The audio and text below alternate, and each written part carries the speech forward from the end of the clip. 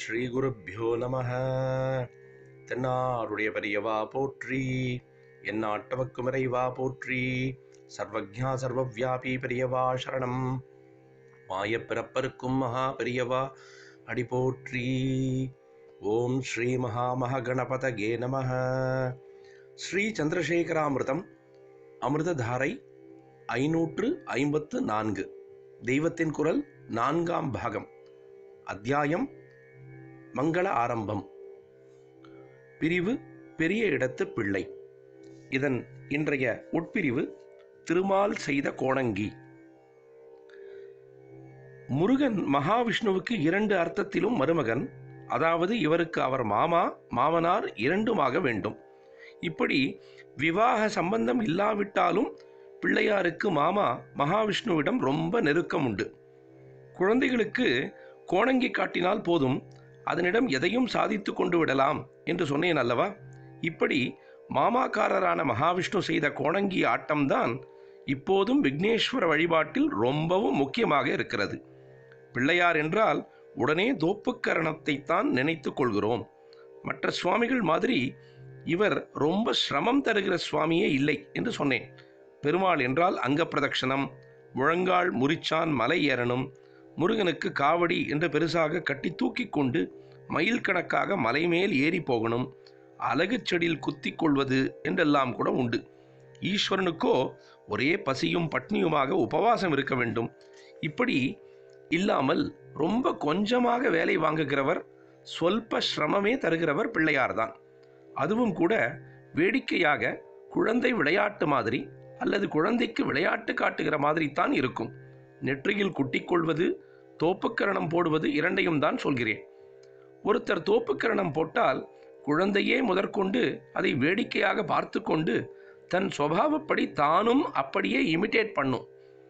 இந்த தோப்புக்கரணத்தை ஆதியில் உண்டாக்கியவர் மகாவிஷ்ணுதான். அவர் ஒரு சமயம் சகோதரியை பார்ப்பதற்காகவும் தமக்கு ரொம்பவும் ஆப்தமான பரமேஸ்வரனோடு சல்லாபிப்பதற்காகவும் மருமான் கணேசரை கொஞ்சி வழிபடுவதற்காகவும் விளையாடுவதற்காகவும் கைலாசத்துக்கு வந்திருந்தார். அப்போது தம்முடைய சக்கரத்தை சுற்றி குழந்தைக்கு வேடிக்கை காட்டினார். உடனே குழந்தை தும்பிக்கையை நீட்டி சக்கரத்தை பிடுங்கிக் கொண்டு லபக்கென்று வாய்க்குள் போட்டு நன்றாக அடக்கி கொண்டு விட்டது. மகாவிஷ்ணு நயமாகவும் பயமாகவும் எத்தனை பண்ணியும் அது சக்கரத்தை வெளியே போட மாட்டேன் என்று அடம் பண்ணி விளையாடியது.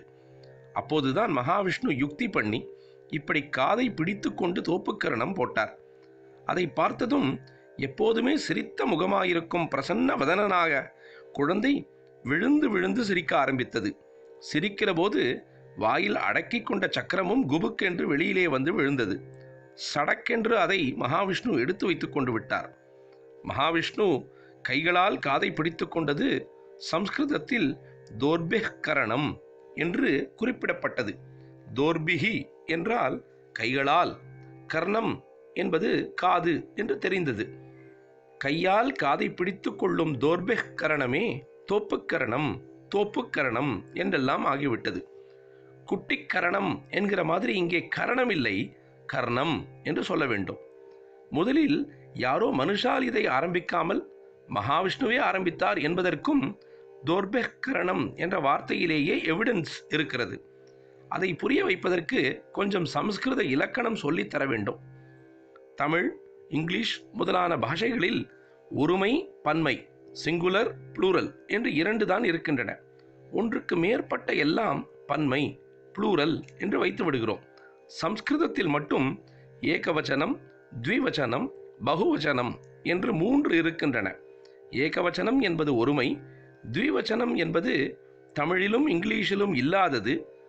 இதை இருமை என்று வேண்டுமானால் சொல்லலாம்.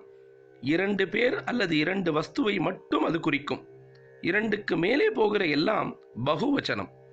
சிவம் சக்தி, பரமாத்மா ஜீவாத்மா, பகவான் பக்தன், சதி பதி, குரு சிஷ்யன் என்று இப்படியும் ஒரு மனுஷ ஜீவனை எடுத்துக்கொண்டால் அவனுக்கு 2 கண்கள், 2 காதுகள், 2 கைகள், 2 கால்கள் என்றெல்லாமும் இருப்பதாலோ என்னவோ 2 என்பதற்கு தனிஸ்தானம் தந்து த்விவச்சனம் என்று ஒன்றை வைத்திருக்கிறது.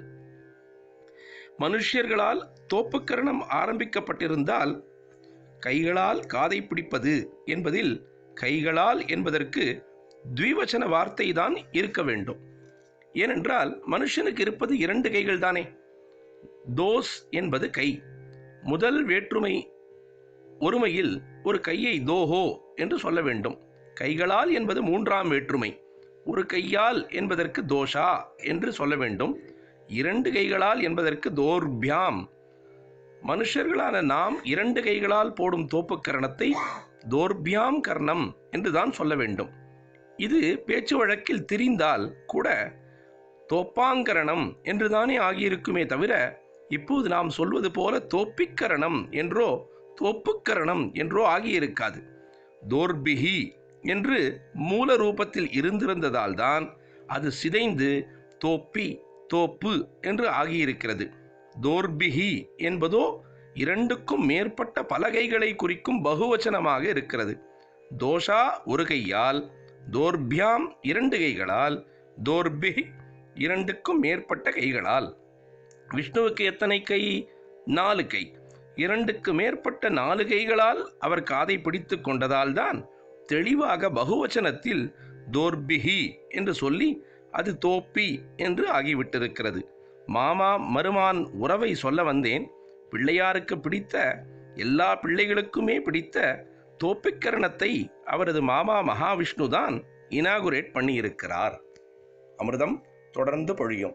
பிரதோஷ சங்கர பிரத்யக்ஷ சங்கர தென்னாருடைய பெரியவா போற்றி, எந்நாட்டவர்க்கும் இறைவா போற்றி, சர்வஜா சர்வவியாபி பெரியவா சரணம், மாய பிறப்பருக்கும் மகா பெரியவாடி போற்றி.